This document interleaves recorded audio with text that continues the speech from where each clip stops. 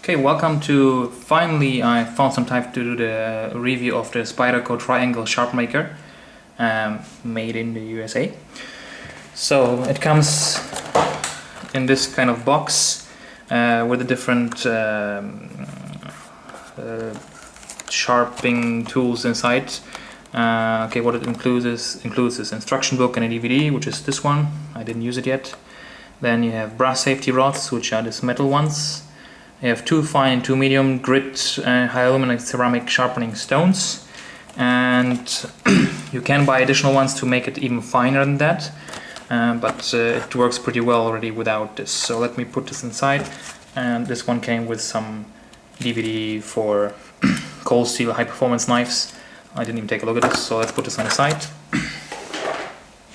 and look at the box. So let me just open it up and set it up, and then I show it to you guys. Okay, so I set it up ready to go, but before we're gonna go ahead, little piece of paper, the very famous paper cutting test.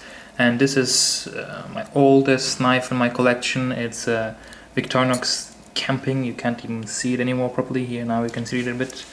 And I did sharpen it a bit. You can see that the blade is a bit twisted already. I guess I tried to open something stupid and then kind of bended it. So let's see how it cuts through the paper now without being sharp. It's not bad. I mean, you can see it's okay. Yeah. So obviously you cannot cut hair with it. So let's try to sharpen this one up. I don't know if you can see the blade itself. See, it is really used. You can see some marks here on this one. Let's try to get a bit closer. So I don't know, can you see it? Here we go. So let's try to sharpen this one up, and how it works I'm going to show you now.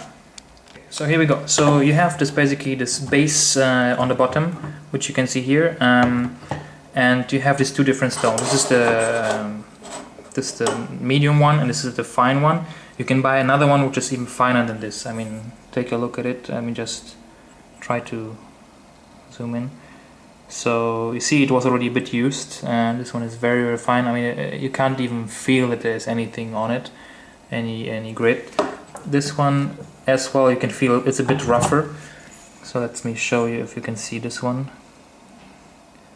This one is a bit rougher. I'm not sure if you can see it. And then you can basically have 2 positions. So you can set it up this way, where you do like the first kind of sharpening, and then the second position is this one, where you just take off the rest. Yeah, you just try to make it a bit finer and take off the dirt from the blade. So let's just start it with the first setup. Okay, so how it basically works is I'm not going to give you the angles and all that bullshit stuff that you can read somewhere else. Basically how it works, you keep the blade straight, and you just put it down and pull it down from the back of the blade until the tip of the blade. And obviously you should use these rods just in case you slip, that you don't cut yourself, right? So that's for security reasons. You can take it out obviously, but what's the point of taking it out and risking cutting yourself, because once you sharpen that thing, it's going to be really sharp, even with the few cuts. So let's just go ahead and start. So how it works is like this.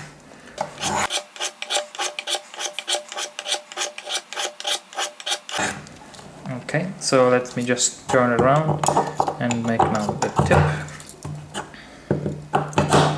Okay, so here we go.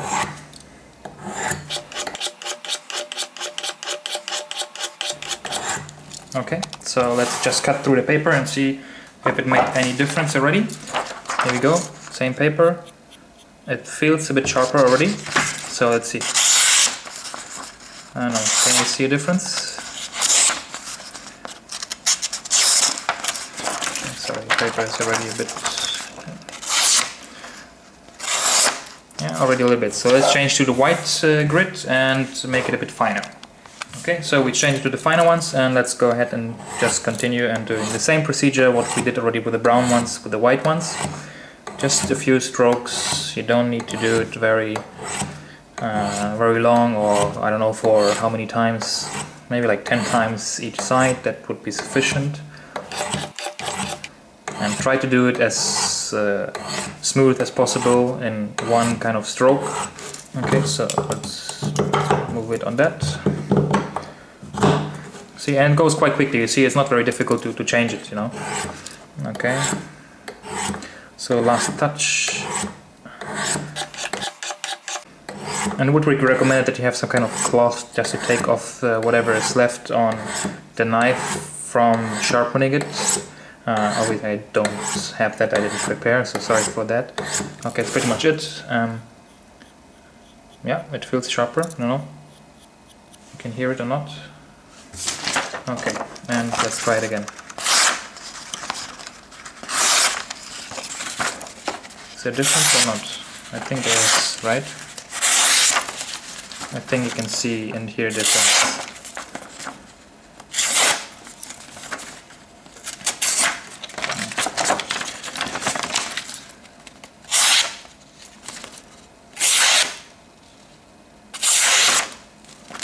I think you can see the difference, sorry.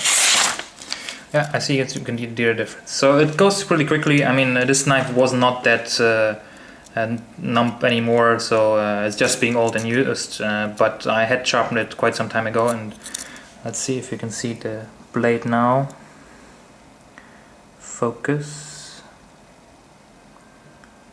So obviously it is a bit damaged. You can see there's a little damage here. I guess I tried to cut some wire or something, but it is now sharper than before, and obviously you can use it for any knife that you have. I mean, you have a little collection of Victorinox, smaller model, or even the small one here. If this one is kind of my daily use kind of knives, so I would have to sharpen them more often because I carry them with me all the time. You can use the big blades as well. Obviously, this one is a Wenger.